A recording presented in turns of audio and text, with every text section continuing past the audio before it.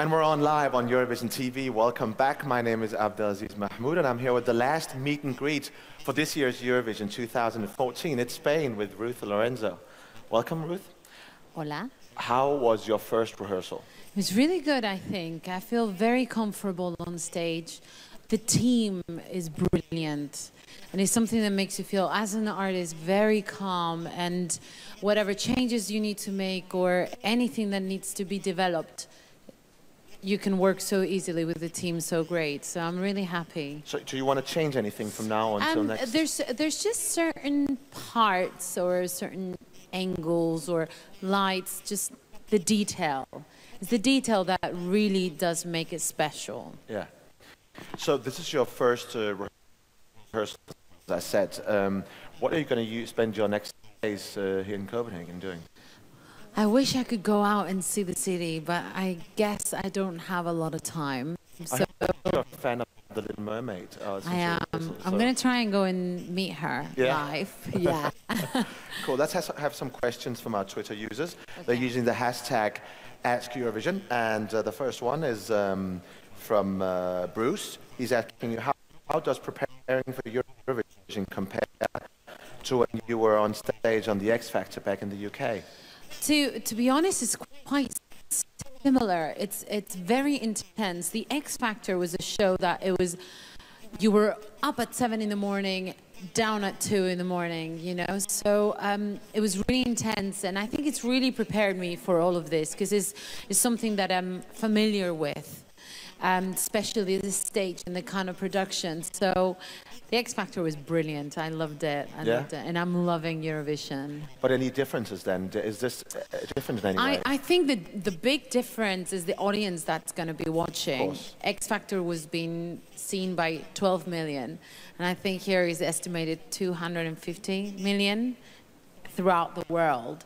So, wow, you know, it's a big responsibility. But I'm happy I had the opportunity to train with the X Factor to get to do this. Good. Next question is from Carlos Galatia. What makes your song different and special from past Spain entries at the Eurovision? Well, the song is different and special to me because I wrote it. I don't like to compare things. In fact, I hate it when I'm being compared, so I tend not to do it. That's fair. But it is a special song to me because I wrote it in a really hard time of my life when my whole career was changing, my life, everything, and I thought that nothing else could happen, and then it started raining, and I thought, what am I going to do now? I need the sun to Spain, and I need to go home. So it talks about accepting adversity and making it your friend, making it something that pushes you to look for your dreams. Nice. Let's have some questions from the audience. The blonde woman over there, please. Hi. Hola. I'm Ricky from Eurovision. Ruth, I follow your career since you participated in X Factor back in 2008. And I was especially very happy with your cover of Purple Rain. Would you mind doing a little song of it? No, of course not. Let's see. Purple rain, purple rain, purple rain, purple rain, purple rain, purple rain. I only wanted to see you laughing in the purple rain. Beautiful. Speaking of rain, your song Dancing in the Rain, you're going to sing that in both English and also Spanish. Yes. How come? Well, it was important to me the song was originally written in English, the whole thing. I wrote it in London whilst I lived in London. And I brought it to Spain, and I thought people need to understand the message. And because I'm the writer of the track, it was easy to translate it and to make the message understandable in Spanish without having to be the same lyric. But then I got chosen, and I thought, my goodness, I need to take it to Europe. Everybody speaks English, so let's add a little bit more English so everybody understands the message. I've kept the Spanish because there is a lot of people in Spain wanting to keep that identity. I am Spanish, and you know, I hope I sound sexy. It does. Oh, sorry. I'm not here to decide. The gentleman in front here, please. Hi Ruth, we met in London during the Eurovision party in London, and you gave this wonderful interpretation of the Nessun Dorma, which really stunned all the people there and all the fans. As we have just heard you, and even when we analyze Dancing in the Rain, your voice is very versatile. You can change to different styles. What made you choose this style, this music style which you are presenting, and why this style of Dancing in the Rain? And I wish you good luck for the coming contest. Thank you very much. Well, the style of the song was born differently. It was born as a dance track. But I am not a dance artist, so we decided to make it more, it's not slower, but we've added an orchestra with a piano. For me, the real sounds are very important. It's very important to have musicality in music. Yes, we're using also machines, but I need the instruments. And my love for opera since I was a kid is something that has made me the artist and the composer that I am now. And that's why I kind of, you know, I like to use strings and an electric guitar, you know. Alistair? Hi, Alistair Birch from SBS Radio in Australia. I think you spent some time in the United States as a child. How has America influenced your personal musical style? Yes, the States. It was a very interesting time of my life, and I loved it. I loved it because in high school, I got to do My Fair Lady, Phantom of the Opera. I got to do loads of musicals within school. It wasn't anything professional.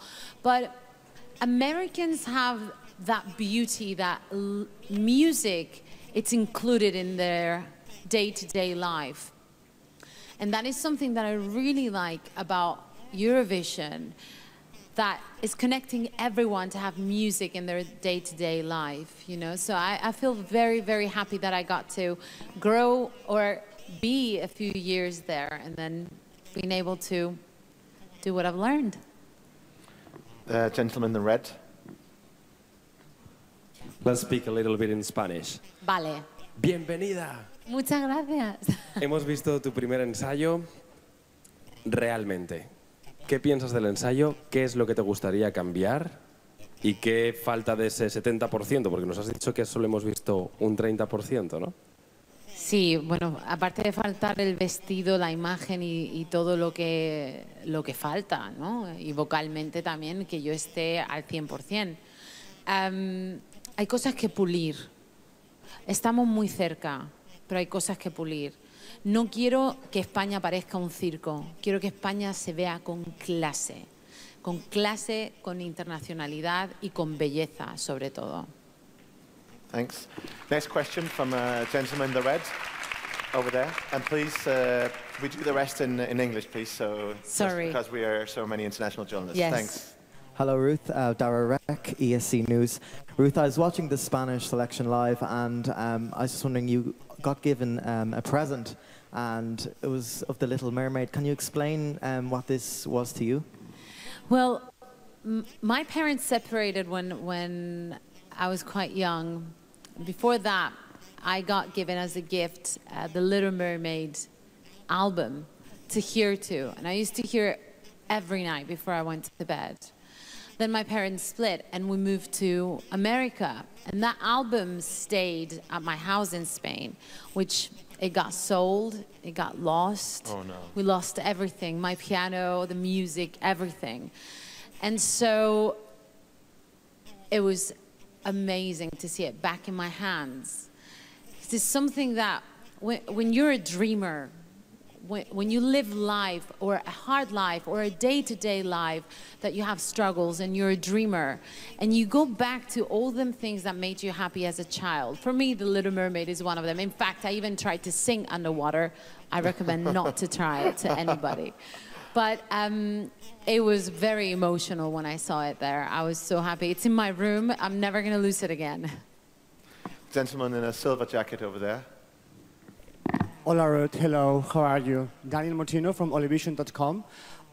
We love Ruth Lorenzo, but we want to know what's going to happen after Eurovision. Are you releasing an album? Is the output going to influence an album, yes or no? Well, the output of Eurovision is not going to influence. The album is coming out. Whether people like it or not, I'm going to bring an album out. People like it. But the material is written, it's done.